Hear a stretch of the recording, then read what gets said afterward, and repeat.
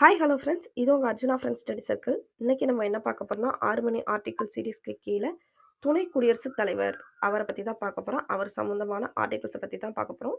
வாங்க பார்ப்போம். Okay, first article 63லேருந்து 71 வரைக்கும் துணை குடியரசுத் தலைவரை பற்றி இருக்குது. வாங்க ஆர்டிகல் 63 என்னன்னு பார்ப்போம். ஆர்டிகல் 63 என்ன சொல்லுதுன்னா, இந்தியாவுக்கு துணை குடியரசுத் தலைவர் ஒருத்தர் வேணும்னு சொல்லுது. இந்த துணை குடியரசுத் தலைவர் தான் இந்தியாவின் 2வது குடிமகன் அப்படின்னு சொல்லுது. ஓகேங்களா. இந்தியாவின் முதல் குடிமகன் யாருன்னு பார்த்தீங்கன்னா பிரசிடென்ட். இந்தியாவின் 2வது குடிமகன் யாருன்னு பார்த்தீங்கன்னா துணை குடியரசுத் தலைவர். ஓகேங்களா. ஓகே, நெக்ஸ்ட் பாருங்க ஆர்டிகல் 64. ஆர்டிகல் 64 என்ன சொல்லுதுன்னா, அவர் வந்து அலுவல் வழி தலைவராக இருப்பார். யாரு? துணை குடியரசுத் தலைவர் வந்து மாநிலங்களவையோட அலுவல் வழி தலைவராக இருப்பார். இந்த அலுவல் வழி தலைவர்னா என்னன்னு பார்த்தோம்னா, மாநிலங்களவைக்கு தலைவர்னு யாரும் கிடையாது. யார் துணை குடியரசுத் தலைவராக தேர்ந்தெடுக்கப்படுகிறாரோ அவர் ஆட்டோமேட்டிக்காக மாநிலங்களவைக்கு தலைவராக அவர் தான் செயல்படுவார். ஓகேங்களா. அதை தான் கொடுத்துருக்காங்க அலுவல் வழி தலைவர்னு. இதில் ஏதாச்சும் டவுட் இருந்துச்சுன்னா மறக்காமல் கமெண்ட் பண்ணுங்கள். Next article 65.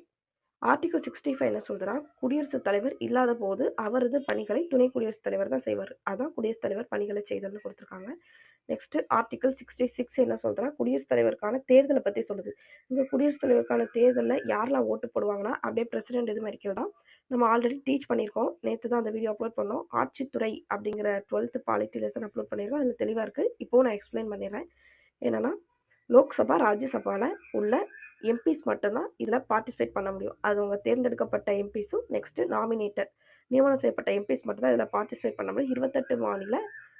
28 மாநில எம்எல்ஏஸ் பார்ட்டிசிபேட் பண்ண முடியாது. இது துணை குடியரசுத் தலைவர் தேர்தலுக்கு. ஓகேங்களா.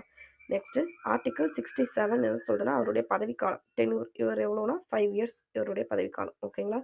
நெக்ஸ்ட்டு ஆர்டிகல் 68 வந்து துணை குடியரசுத் தலைவர் அந்த இதில் காலியிடத்தை நிரப்புதல்.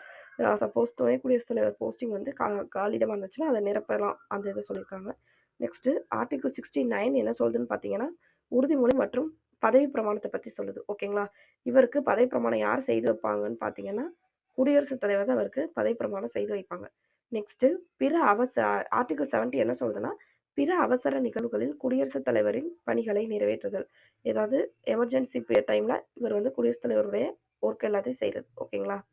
ஓகே, அதாவது 6 மாதத்துக்கு இவர் அவருடைய ஒர்க்கை பார்ப்பார். அதான் ஆர்டிகல் 70. ஆர்டிகல் 65னா ஒரு உடம்பு சரியில்லாதப்போ அவர் எங்கேயாவது வெளி சுற்றுப்பயணம் மேற்கொள்ளும் போது அவரோட பணியை செய்கிறது. ஆர்டிகல் 70 வந்து என்னென்னா, அவசர நிகழ்வுகள் சப்போஸ் குடியரசுத் தலைவர் இறந்துட்டாலோ இல்லை பதவி நீக்கம் செஞ்சாலோ இப்படி ஒவ்வொரு ஏதாவது பண்ணாங்கன்னா அந்த டைமில் இவர் 6 மாதம் வரைக்கும் அவருடைய ஒர்க்கை பார்ப்பார்.